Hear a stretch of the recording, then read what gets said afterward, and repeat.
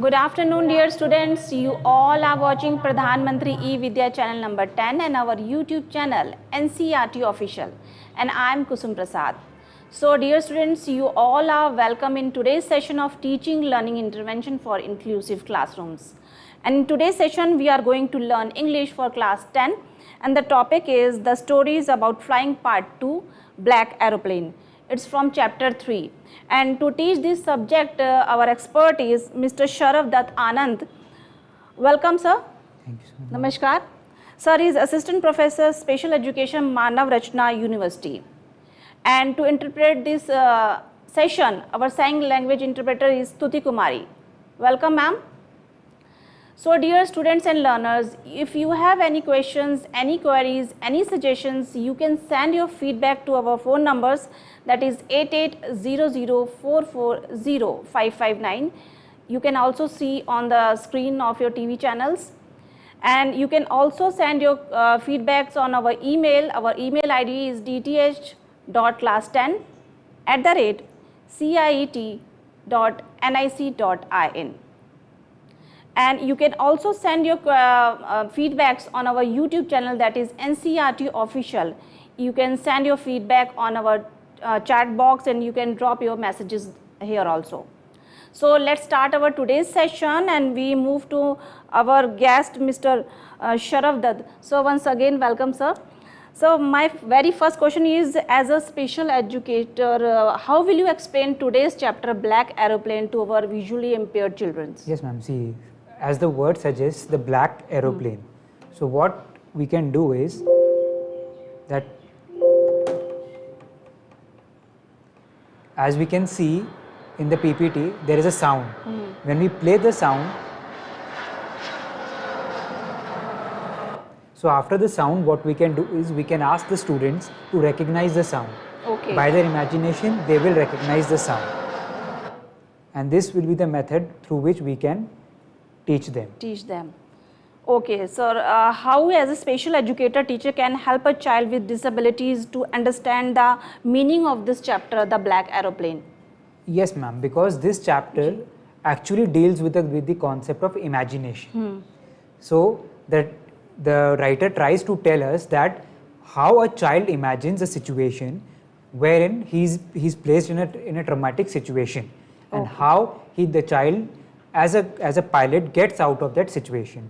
So what we can do as a special educator is that we can tell the child to imagine that same situation, and then we can explain it in detail, that what happens and what the child in the story is feeling about. Okay, sir. So let's start our today's session and read the story, the Black Aeroplane.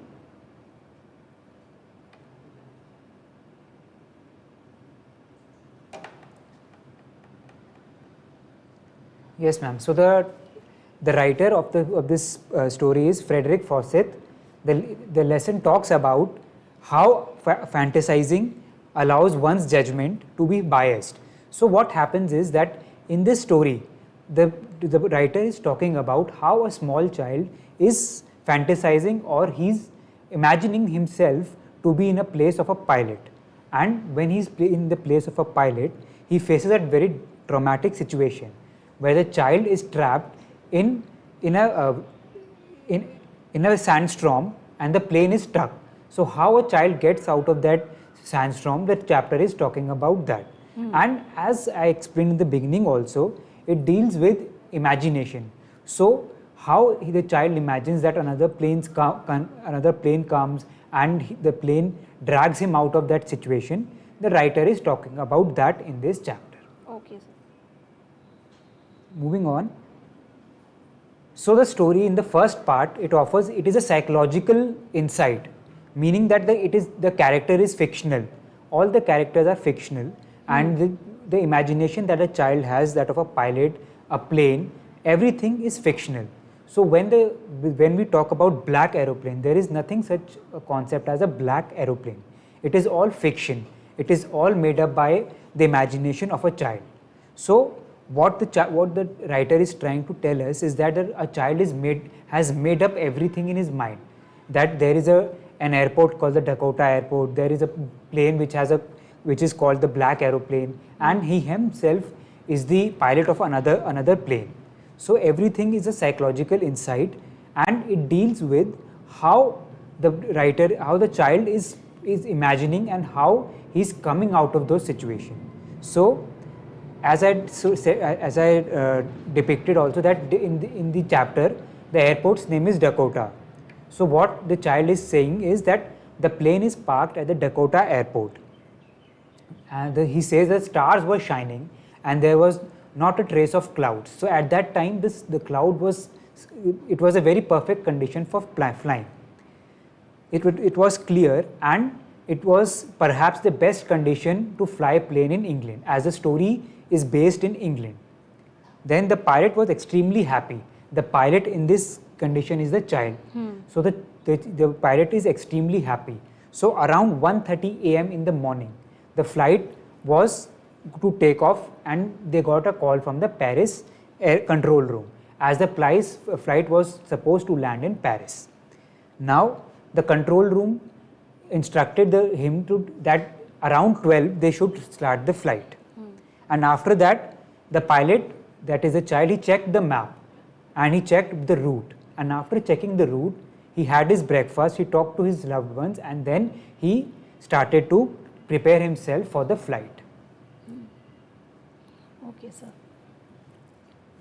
Let's move. When he started moving, and when Paris was just 150 kilometers ahead, the pilot saw a black storm. The black storm and clouds were approaching his airplane. And then what happened was that the pilot was not able to get through those clouds, and he got stuck in those clouds. And what happened was that fuel was also running out. So the pilot became very worried, as there was no fuel left in the plane to land safely. Now there was only one way, that he had to land immediately. But for that also, there should be some way or the other through which he can see the runway. As he was surrounded by clouds, he could not see anything except for clouds. Initially he thought of going back to Paris. As he could not see anything, he had moved ahead from Paris airport. And he was only having one wish, that he wanted to meet his family for one last time. As he was thinking that the plane will not land, as the condition was deteriorating. Because he was stuck in between the clouds, it was becoming very difficult and very dark to see anything, and therefore it became very difficult to land also. Okay. Yes, ma'am. So as a result, what was happening was that the pilot started to panic. He started to panic, and he was not able to even contact to the control room. As there was no contact from the control room also to guide the pilot, what was happening was that the pilot was losing hope. He lost all hope that the plane will land safely. And what was happening was that the plane started behaving very abnormally. There was jumping in the plane. The pilot could not even control his seat. All the instruments were going from one place to another. And as a result, everything in the plane stopped working. The compass, the radio, everything stopped functioning. So as a result, what happened was that in the plane, the only functional thing was the pilot himself. Okay. Apart from the pilot, nothing else was there working. And he was all alone. He had no contact with the outside world to guide him, to tell him that what exactly was happening. So what he was thinking was that maybe he might get help from somewhere to land safely, to save his life, to save the life of other passengers in the plane. But everything was in vain, as there was no help for him. So what the writer is trying to tell us is that even though the child was imagining, but in his imagination also, the child was losing hope, as there was nothing the child could do. The pilot could do, as he had no other way except to pray to God to save him. And that is when happened that everything in the plane stopped. Even the pilot did not even have the chance to jump out of the plane, as it was surrounded by clouds, and it was not an appropriate method or way to jump out with a parachute. So the pilot was stuck until with the plane and with the passengers, and only thought that was going inside the pilot's mind was that the plane will crash and he will not be able to save everyone. And that is why he was feeling very sad, and he was feeling very disheartened also that he is not able to fulfill his duties as a pilot. So moving on, suddenly when he had lost all hope, he saw another plane near him because he could see out of his window. And he saw a strange black aeroplane. And that aeroplane had no lights and on its wings, as the aeroplanes have lights on its wings, but that aeroplane did not have any lights on its wings. The pilot of the black aeroplane somehow managed to contact the pilot of this plane, that is the child, and he asked the pilot to follow him. The pilot became a little jaffled. He thought that what is happening. At one point he was not able to make a contact with anyone, and now suddenly a plane has come out of blue to help him. He was confused that what exactly is happening. He could not figure it out that whether he should listen to that other pilot, or he should stop, or he should ask someone. But after some time he realized that he had no other option left, because he was alone. He had no contact from the control room. And the pilot then decided to take help from that black aeroplane. Okay, sir. So then what happened was that the pilot flew in the clouds for half an hour, following the black aeroplane. And he was also looking, and he was also worried about the fuel, because the fuel that was remaining was only for 15 minutes. So it meant that the pilot could only fly the plane for 15 more minutes. After that, the plane could have crashed. So the pilot became more frightened. He became scared that what will happen if the plane ran out of fuel. Suddenly, the black aeroplane descended and the pilot followed him. So he had no other option to follow the black aeroplane, and the black aeroplane started to descend. And when the black aeroplane was descending, the pilot thought, if he follows him, and what if that the plane crashed and the black aeroplane vanished suddenly, or if the black aeroplane also lost control and they both crashed together, what will happen? What will happen to the passengers? What will happen to his family? All this imagination was floating in his mind. In his mind, exactly. Yeah. So he was imagining every situation that could have happened. But one thing that was certain was that he had a belief that the black aeroplane would take him out safely, because apart from the black aeroplane, there was nothing he could use, or he could say, or he could ask from to get out safely from that situation. And finally, the black aeroplane guided him out of those clouds. And as and when he was out from the clouds, he had a sigh of relief that he could now save the lives of the passengers, and he could meet his family also. So he was happy and relieved. But he had another tension in his mind, that the fuel he had ran out of fuel, and it was only 5 minutes left of the fuel. So now he turned his head to the pilot to thank the black aeroplane, that now that he could see the runway ahead of him. So now only one thought was going in the mind of the pilot, and the thought was to make to landing as soon as possible, so that no more fuel is wasted. And as soon as the pilot saw the runway, he decided to land with full flow, without even thinking once. He went on with the procedure of landing, even though he knew that the fuel was very low, and the fuel might not be sufficient for making the landing, but still he decided that he will go for the process of landing. And therefore he went for the process of landing, and he made a successful landing. And after landing, he saw the airport, he saw the runway, he saw that he had landed, and he was no more stuck in the clouds. So it was hard for him to believe that he's out of danger, and he has landed the plane safely, and all the passengers are also safe. Now he could only do one thing, that he thanked God that he could now meet his family, and he has saved many people in the plane also. Okay. Now the only thing he wanted to do was to get out of the plane and thank the pilot of the black aeroplane, because of whom he is safe now. So as soon as the plane landed, the only thing he did was that he called in the control room, and he asked him that where is the black aeroplane placed, parked. The woman in the control room was also very shocked, and he replied that there is no other black aeroplane in our airport or in our runway. The pilot was surprised. He asked the woman that a black aeroplane was following me, and he guided me to the airport, to the runway. But the control room expert reminded him and told him that in the radar also there was no other aeroplane apart from the aeroplane which the pilot was flying.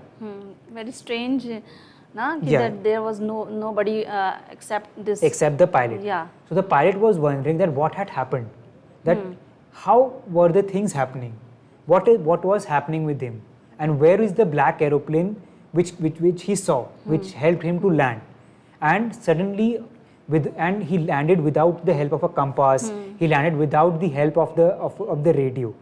So he was very confused that even when the radio was not working, the compass was not working, and that black aeroplane helped him to land. And the climate was also worst at that moment. Yes, exactly. The climate was also not very good. He could not see anything, and at that time, that aeroplane helped him to land. So he was very baffled, he was very confused that he had made the landing, he was about to die. The plane was about to crash, and suddenly he is safe. All the passengers are safe. The plane is also safe without even a scratch. So he was very shocked and surprised that how he should react, whom he should thank, as no one was even believing him that there was a black aeroplane. So he thought that it might be his imagination, that he was imagining something, or there might be some help from God.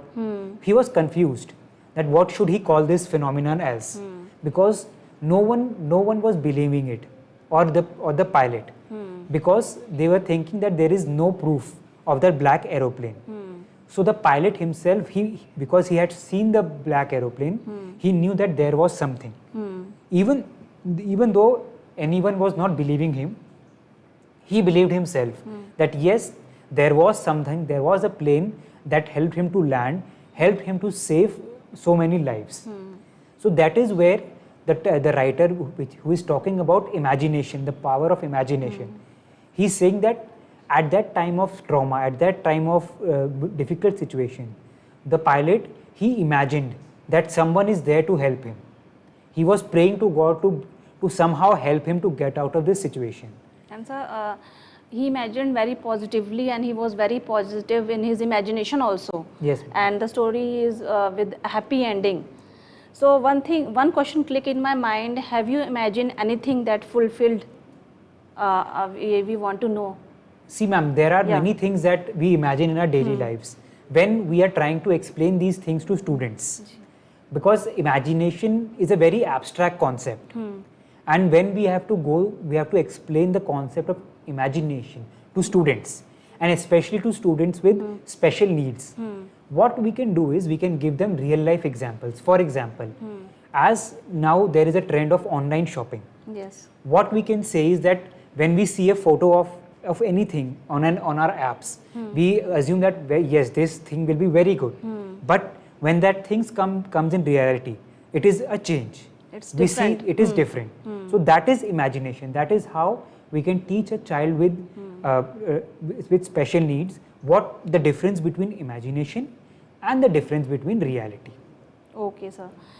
You have used flashcard in your PPT also, and how they can be used to teach visually impaired children? Yes, ma'am. That is a very important question for teaching children with visual impairment. As I have used a flashcard here, I am showing it in a PPT, but in some schools, in some classrooms, the provision of flashcards, the provision of presenting through a PPT is not there.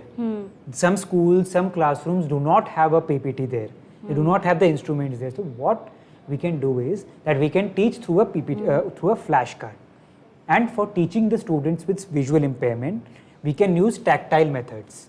Yes. So what we mean by tactile method is that we can use braille method. We can have it on a braille, so that when the child with visual impairment, he touches the photo, he can feel that yes, the teacher is talking about an aeroplane. So that is how we can explain the concept of aeroplane to a child with visual impairment through flashcards. Okay, fine, sir. How will you as an educator explain the chapter which is so much related to the truth of every child to a CWSN? Yes, ma'am. As I talked earlier also, that when we are in childhood, the power of imagination is a lot. Children tend to imagine a lot.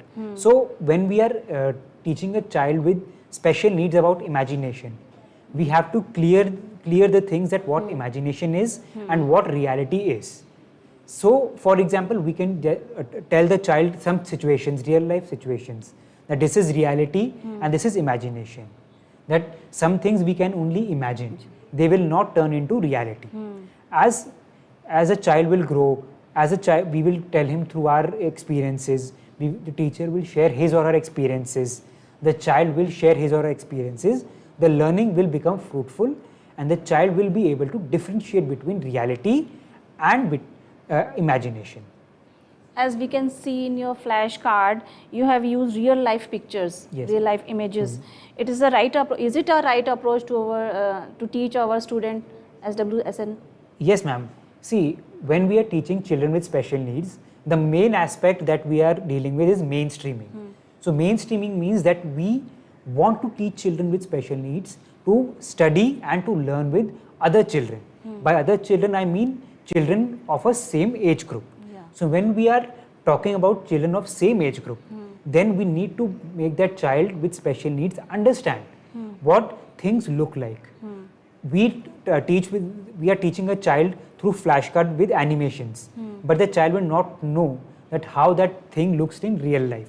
Yes. So for giving him the perspective of real life, what we can do is that we can instill real life images and show that how it looks like. It is difficult for the teacher to show him a plane in real life. So we can show that child the image of a plane, a real image of a plane, and make him or understand that what a plane looks like. That will help the child to imagine, to visualize that what a plane looks in real life. Okay, sir. As a story is talking about the abstract topic like imagination, it is describing about the pilot imagination. So how it can be explained to a child with a special need? Yes, ma'am. This topic is the main crust of our chapter. That is imagination. So imagination is a concept which is developed very late in a child with special needs, because they are not able to differentiate between reality and imagination. So what we can do is that, like I told earlier also, we need to have everything in detail. We need to give real life examples. The teacher needs to be patient with them and to repeat everything again and again till that child understands what an imagination is. Because to understand this chapter, the child first needs to understand what imagination is. That is only when the child will be able to understand the chapter properly. Okay, sir. So what will be the best method that can be used to make the students with special needs to understand the topic of having faith? Yes, ma'am. Actually, in this chapter, the writer is also talking about having faith. As in the chapter also, the pilot lost all faith, but he was praying to God for a miracle to happen to save him. And only that also happened, even though that was imagination or reality that a black plane occurred. But the writer tried to tell us that we should never lose hope. And that is what the teacher in a classroom should tell the students, be it with students with special needs or general students. The teacher should tell them not to lose hope. The teacher should counsel them and he should give him real life examples that how people in difficult situations came out with flying colors. So what will happen is that the child will get motivated, and with that motivation the child will try to learn even more. Because as in the chapter, the pilot was very motivated, having faith in God, and he was very positive in the entire scene. Yes. So let's move to our keywords now. The keywords are immediately, strongly, and third one is frightened. Frightened. So let's move to our homework. Yes, ma'am. First of all, the homework I have given 2 general questions. The first question is, describe the narrator's experience as he flew the aeroplane into the storm. So basically, firstly, the questions are in general, like they are given in our textbooks. So the second question is also like that. Why does the narrator say, I landed and was not sorry to walk away from the old Dakota? So these are general questions. So now how the second part will be in the modification of the homework. How to modify so I have modified these questions only in a true or false type. So like the question says, the first question is, the pilot faced a lot of difficulties while playing through the storm. Is it true or false? So what it will do is that it will make the question a little more interesting. It is in shorter span, the limit is short, so that the student will not feel bored, he will not feel burdened. And when the student will not feel burdened, he will most likely be able to answer the question. They will enjoy also, and they will move back to the story also. They will imagine what was in the story, and they will able to answer these questions. Yes. Let's and move now to the the second question. Second question is, the old Dakota was the name of the plane in which writer was flying. So basically, old Dakota was the airport. So now we can ask the child whether what was old Dakota. Was it the plane or was it the airport? So when the child will answer this question, he will have to justify that if the answer is false, so why is it false? The teacher can ask the child, if the child is writing false, why is it false? What is the correct answer? So then the child will have to find the answer from the chapter. The child will then thoroughly read the chapter and take out the answer from that selected content. And samely, the last question, the narrator was frightened as the storm started. True or false? So this question will serve with us 2 purposes. Firstly, it will tell us about the situation of the pilot, and secondly, it will help the child to understand about the emotions. The emotion of frightened is the emotion of being scared. So it will help the child to know exactly what is being scared, what actually happens when we are scared, or what to do when we are scared. Okay. Let's move to modified homework also. Yes, ma'am. This is the homework modification only, which I showed. Yeah, it's a modified homework. Now we tell our students that please students do this homework and the modified homework and send us on according to our format. That is, first write your name, class, school name, your address, the expert name, your teacher's name. In the expert name you can write Mr. Sharafdat Anand also. He's expert of today's session, and date of the session, and you can also attach your photograph. It's optional. So you can write according to this format, and you can send to our email ID, that is dth.class10@ciet.nic.in. So students send immediately, or you can send all these homework to our email, and we are waiting for your homework. And if you have any suggestions, any queries, you can also send your feedbacks on our number and our email also. So thank you for the session, sir. It was very informative session and very nice session, and it was very a positive story about the writer, about the pilot. Thank you so much, sir. Thank you. And thank you, Stuti ma'am. So dear students and learners, you can watch our channel on YouTube, and they are available there. And you can learn a lot from our channels, PMeVIDYA channel number 6 to 12, and our YouTube channel NCRT Official. And for today, that's all. Namaskar.